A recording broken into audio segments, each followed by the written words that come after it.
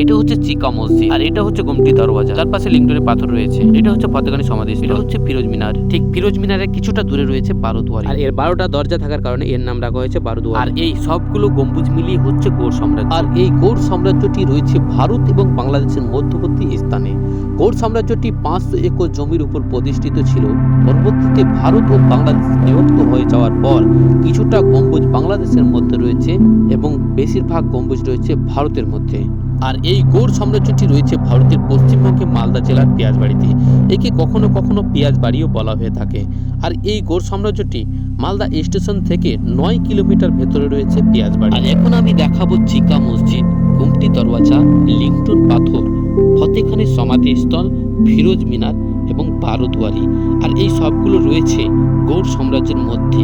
তবে যে এক জায়গায় রয়েছে না, এগুলি রয়েছে কিছুটা দূর দূর। আমি এখন রয়েছি মালদার চিকা বা চামকান মসজিদের সামনে। ঠিক তার বিপরীতে রয়েছে গুমটি দরওয়াজা। আমি এখন গুমটি দরওয়াজার দিকে ধীরে ধীরে এগিয়ে যাব। কথিত আছে এই গুমটি দরওয়াজা সম্রাট অশোক শাহ কারাগার হিসাবে ব্যবহার করতেন এই গুমটি দরওয়াজাকে। চৌকানা বিশিষ্ট এই গম্বুজটির চারিদিকে 4টি প্রবেশ পথ রয়েছে। চৌকানা বিশিষ্ট গম্বুজটির গায়ে লতাপাতা গুল্ম জাতীয় উদ্ভিদের বসবাস ছিল। পরবর্তীতে এটিকে ঝোপ জঙ্গল কেটে পার করা হয়।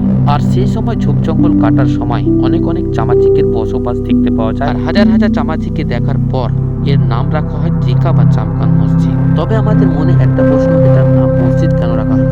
প্রথমত ছিল এটি মসজিদ এবং পরে জঙ্গলে পরিণত হয়েছিল। আর এগুলো হচ্ছে গম্বুজের গায়ে চারিদিকে 4টি দরওয়াজা। আর এই দরজাগুলি এখন বর্তমানে বন্ধ রয়েছে। ইট কেটে কেটে এই গম্বুজের গায়ে অনেক ধরনের নকশাও তৈরি করা হয়েছে।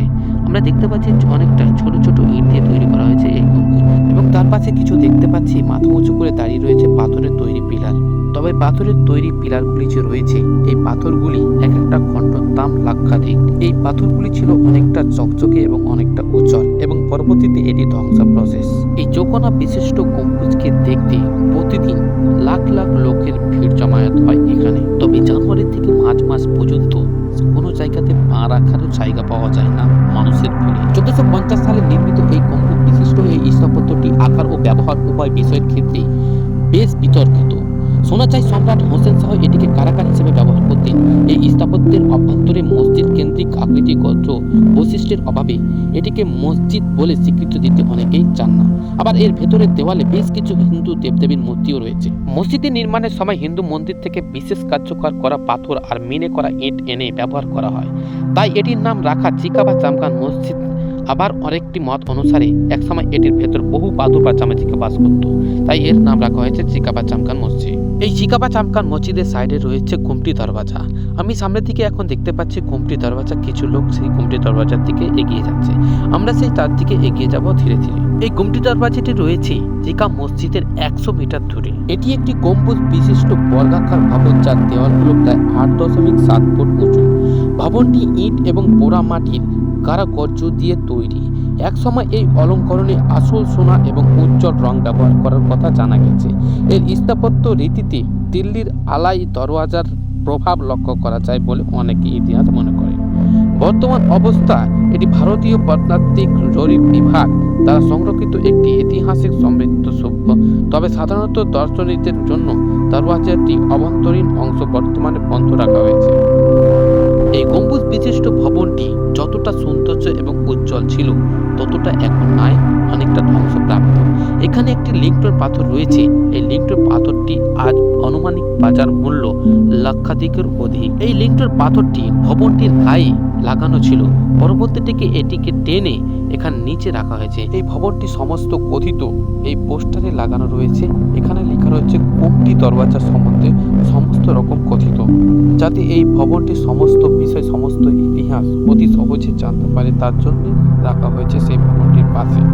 এই গম্বুজ দুটির নাম আলাদা হলেও অনেকটা দেখতে দুটোই একই রকমের মতো দেখায়, যদিও সেটি একই রকম নয়, অনেকটাই আলাদা আলাদা।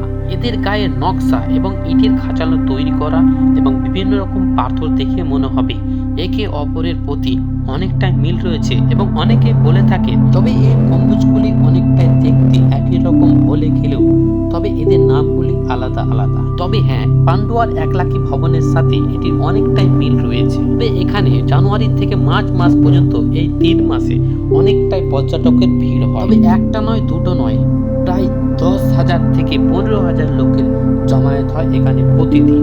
তবে এই গম্বুজ বিশিষ্ট ভবনগুলির ইতিহাস শুনতে যতটা মধুর, তবে এর গায়ের যে কাঠামোগুলি দেখতে অনেকটা ভয়ঙ্কর। দেখে মনে হচ্ছে কোনো একটা জেলখানার মতো জায়গায় চলে এসেছে। তবে এই গম্বুজটির এটি হচ্ছে একটি দরজা এবং সামনে থেকে এটা দেখতে পাচ্ছি রাস্তা রয়েছে সেই গুমটি দরওয়াজার দিকে যাওয়ার। তবে দেখতে পাচ্ছি রাস্তার ধারে দুই ধারে বিভিন্ন রকমের ফুল দিয়ে সাজানো রয়েছে এবং অনেকটা উজ্জ্বল করা হয়েছে। আগের তুলনায় এটাকে অনেকটাই পরিষ্কার এবং পরিচ্ছন্নভাবে রাখা হয়েছে। তবে এখন আমরা রয়েছি গম্বুজের সামনের দিকে অবস্থায়, আর দেখতে পাচ্ছি যে গম্বুজের সামনের জায়গাগুলি অনেকটা উজ্জ্বল এবং অনেকটা সাজানো। এখন দেখতে পাচ্ছি আমরা সেই দরজার দিকে সামনে এগিয়ে যাব। এটা হচ্ছে মেন গেটের প্রবেশ করার সাথে সাথে এখানে এন্ট্রি করে ঢুকতে হয়, আর এটা হচ্ছে প্রবেশ পথ, আর এটা হচ্ছে গম্বুজ।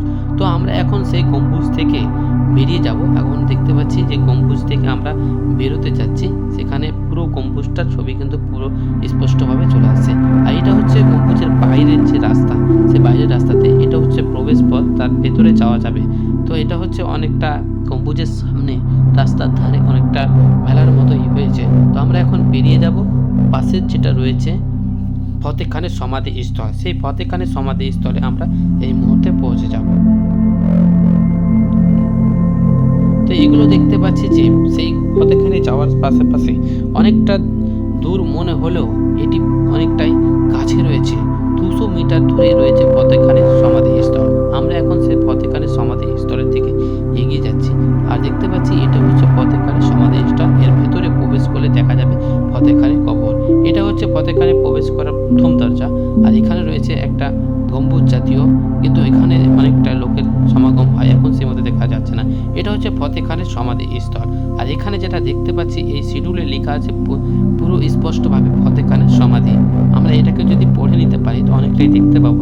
এখানে ফতেহ খানের সমাধি যে রয়েছে তার ভেতরে প্রবেশ করা যাবে। তো আমরা এখন সেই দিকে যাচ্ছি না, আমরা পুরো এরিয়াটা ঘুরে ঘুরে দেখে নিচ্ছি। তবে আমরা এই ফতেহ খানের সমাধি স্থল থেকে আমরা চলে যাব এখন ফিরোজ মিনারে। তো আমরা এখন চলে যাচ্ছি ফিরোজ মিনার। যেতে যেতে দেখতে পাচ্ছি সাইডে এ পাশে ও পাশে রাস্তাগুলো অনেকটা চকচকে হলো, তার দুই ধারে দেখতে পাচ্ছি অনেকটাই বিভিন্ন রকমের গাছ গাছালি এবং পুকুরের আড়পাড় দেখা যাচ্ছে। এখন আগেকার যুগে এটা অনেকটা গোল সাম্রাজ্য হলে অনেকেই এখানে কিন্তু চাষবাসের সুবিধা হয়েছে।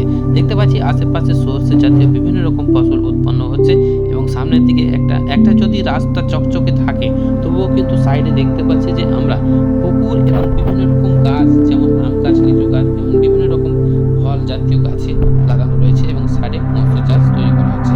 আর মাঝে দিয়ে দেখতে পাচ্ছি বিভিন্ন রকমের গাড়ি যাতায়াত করছে। আমরা এখন এগিয়ে যাব ফতেহখানি থেকে এখন যাব ফিরোজ মিনারের দিকে।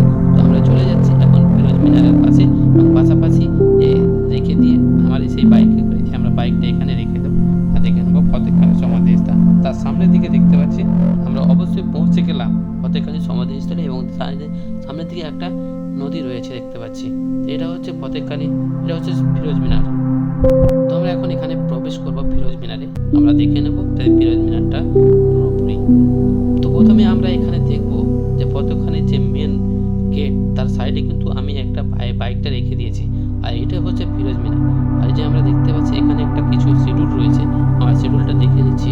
এখানে লেখা রয়েছে স্পষ্টভাবে, এটাতে না থাকলেও এটাতে কিন্তু দেখাচ্ছে যে ফিরোজ মিনার। আমরা যদি আমরা এখন ফিরোজ মিনারে প্রবেশ করার সাথে সাথে দেখতে পাচ্ছি একটা এখানে শিডিউল রাখা হয়েছে এবং এই শিডিউলে স্পষ্টভাবে লেখা রয়েছে ফিরোজ মিনারের বিভিন্ন রকম হিস্টোরি, এটা কত সালে তৈরি হয়েছিল সম্পূর্ণ কিন্তু এখানে পুরোপুরি লেখা হয়েছে।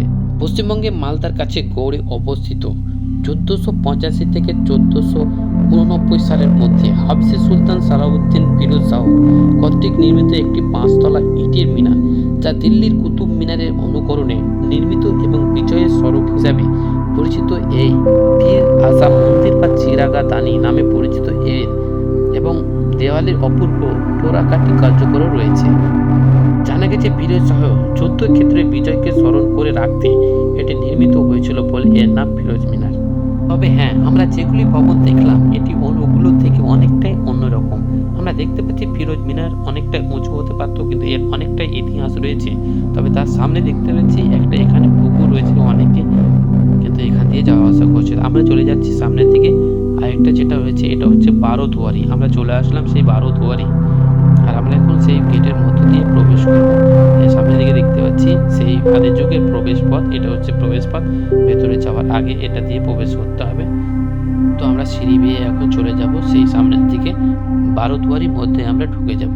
তো আমরা সামনের দিকে এগিয়ে যাচ্ছি ধীরে ধীরে। আমার সাথে অনেকে আছে এবং এখানে দেখতে পাচ্ছি এখানেও কিছু এন্ট্রি করার জন্য খাতা রাখা হয়েছে সাইডে। কিন্তু আমরা দেখতে পাচ্ছি এখান দিয়ে প্রবেশ করতো আগে রাজা মহারাজা। এখন আমরা জানবো এখানে যেগুলো ভবনগুলো দেখেছি তার থেকে এটা কিন্তু অনেকটা সৌন্দর্যময়। এখানে আমরা জানি যে অনেকে কিন্তু এখানে এই সৌন্দর্যময়ের জন্য এখানে অনেক সিনেমা এবং অনেক গানের শুট হয়েছে এই জায়গাতে। তবে এটার একটা গুণ রয়েছে, আগে যতটা সৌন্দর্যময় ছিল তার থেকে এখনো অনেকটাই সৌন্দর্যময় রয়েছে। এর গুণ এখনো কিন্তু ভুলেনি মানুষ। এখানে অনেক মানুষের জমায়েত হয়। এগুলো যতগুলো ভবন দেখেছি তার থেকে কিন্তু এটা কিন্তু অনেকটাই সৌন্দর্যময় ভবন। এই ভবনটির 12টি দরজা থাকার কারণে এর নাম রাখা হয়েছে 12 দুয়ারি। এই 12 দুয়ারিটি পুরোটাই পাথরের তৈরি। তবে এই পাথরগুলি যেমন তেমন পাথর নয়, এগুলি পাথরে এক একটা খণ্ডর দাম প্রায় আনুমানিক লক্ষাধিক। মালদা অঞ্চলটি প্রাচীনকালে গৌড় ও পান্ডুয়া নামক দুটি গুরুত্বপূর্ণ শহরের কেন্দ্র ছিল, যা পাল সেন ও মুসলিম শাসকদের ক্ষমতায় কেন্দ্রবিন্দু ছিল।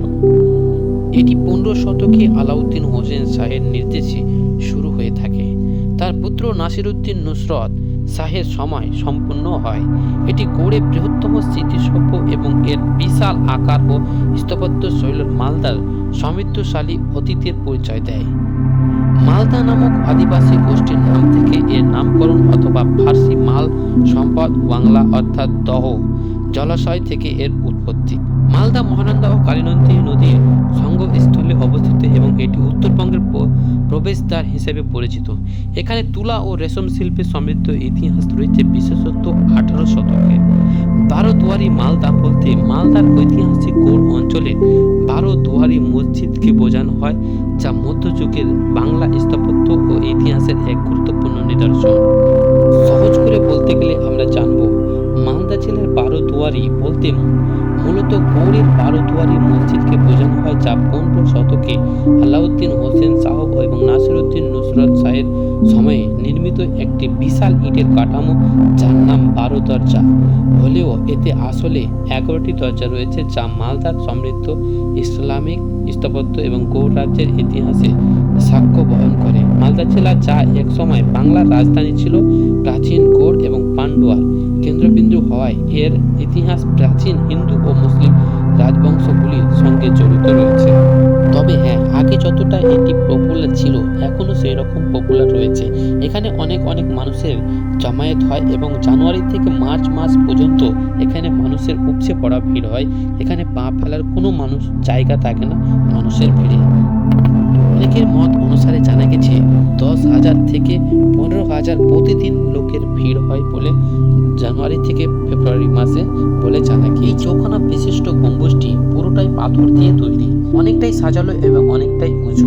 তবে হ্যাঁ, এটির দিকে লক্ষ্য করে দেখা গেলে এটি অনেকটাই সৌন্দর্যময় দেখাবে।